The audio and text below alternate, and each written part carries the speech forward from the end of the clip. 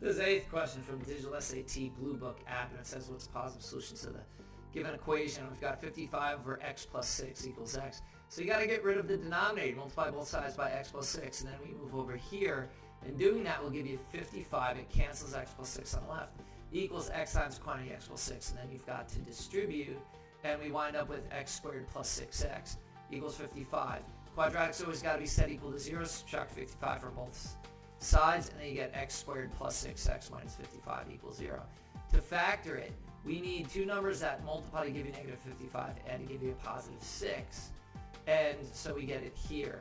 It's 11 and 5, so it's x plus 11 times x minus 5 equals 0.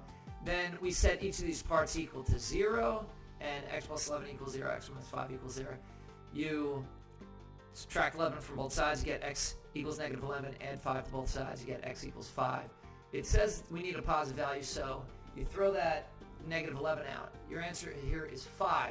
The other thing you could do is you could think in the original, what could I add to 6 to get a multiple of 55? And you could add the 5 there. 5 plus 6 will give you 11. 11 goes into 55 evenly, and it goes 5 times, which would equal the 5, which is in fact your x. So if you're stuck algebraically, you can pick numbers. See the following video. Check us out on YouTube. Have a great day.